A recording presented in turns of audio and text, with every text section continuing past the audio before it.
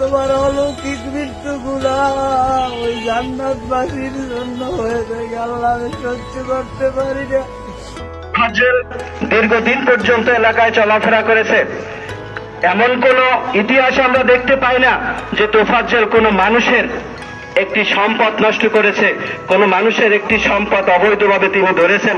তার সর্বোচ্চ চাহিদা ছিল 50 টাকা, 20 টাকা, একজনের কাছে চাইতো, কিছু খাইতো।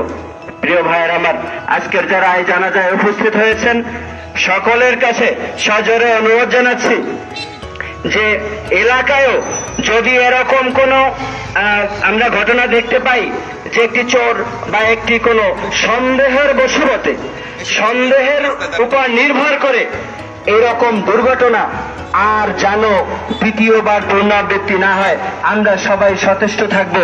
প্রিয় উপস্থিতি, আমরা কি এই তোফাজ্জল হত্যার বিচার চাই? কে কে চাই? তো আমরা যদি তোফাজ্জল হত্যার বিচার চাই, আমরা যদি বিচার চেয়েই থাকি, তাহলে আমি আপনাদেরকে জোর অনুরোধ জানাবো যে এই জানাজা শেষে আমরা চরদানি বাজারে স্থানে, হোন্ডা স্থানে আমরা একটি মানববন্ধনের আয়োজন করেছি। আমি আশা করব চরদানি সকল মানুষের পক্ষ থেকে আপনাদেরকে অনুরোধ জানাবো যে প্রত্যেকটা মানুষ এই মানববন্ধনে আজকের অংশগ্রহণ করবেন তো ইনশাআল্লাহ। আমরা জানাজা শেষেই দাফন কাজে যারা যাবে তারা ব্যতীত সকল মানুষ আমরা হোন্ডা স্থানে চলে যাব। এখানে যারা আলোচনা করতে পারেন নাই, আপনাদেরকে সেখানে আলোচনা করার সুযোগ দেওয়া হবে। সবাই ভালো থাকবেন, ধন্যবাদ। আসসালামু আলাইকুম রহমতুল্লাহ। সবাই লাইনে যান। আলহামদুলিল্লাহ ওয়া কাফা ওয়া সালামুন আলা ইবাদিহিল্লাযিনা ইসতাফা, আম্মা বাদ। আউযু বিল্লাহি মিনাশ শাইতানির রাজীম। বিসমিল্লাহির রহমানির রহিম। কুল্লু নাফসিন যায়িকাতুল মাউত।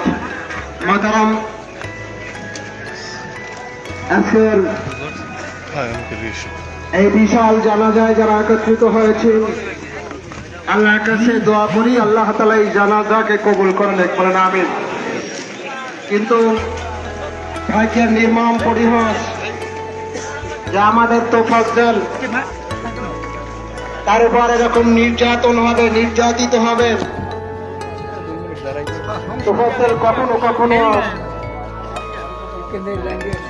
মাছের বাজারে যাইতো, বলে একটা মাছ পাইলে নিজের ছোট্ট ভাইয়ের ছেলেদের কাছে নিয়ে যাইতো, বলে এই মাছটা তোমরা খাও।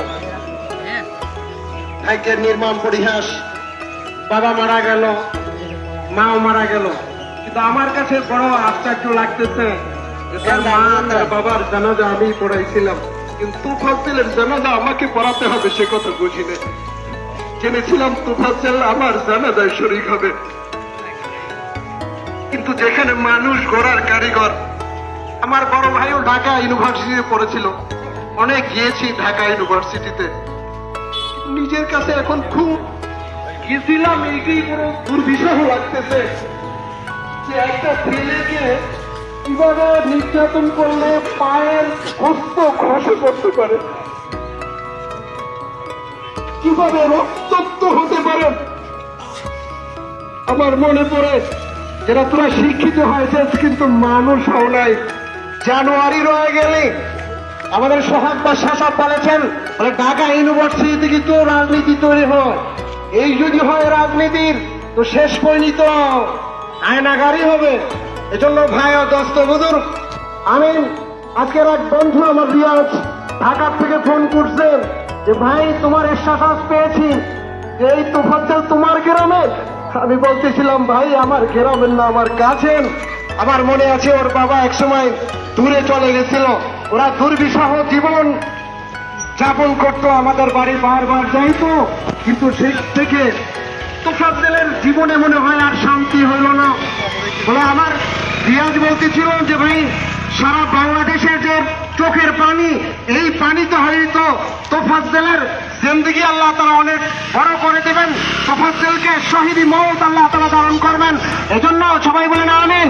সৎ আল্লাহ তোফাজ্জল জীবনে শান্তি পায় নাই, কষ্টই পেয়েছে। ও আরশে আজিমের মালিক, তুমি তাকে জান্নাতের সর্বোচ্চ মাকাম দিয়ে আল্লাহ তাআলা জান্নাতুল ফিরদাউস নসিব করো। তাহলে আমাদের এই কষ্ট, আমাদের রক্ত ঘরণ, আমাদের চোখের পানি একটু হয়তো শান্তি পাবে। আখির দাওয়ানা আলহামদুলিল্লাহি রাব্বিল আলামিন। এখন জানাজা হবে, জানাজার পরে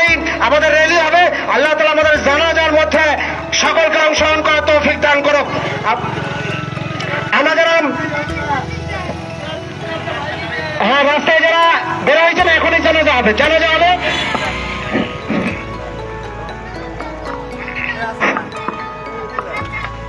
দেখে ভাইয়া জানাজার নামাজ 4 তাকবীরের সাথে আদায় করতেছি। আল্লাহু আকবার। লাইভ ভাই জানাজার পরে হবে ইনশাআল্লাহ।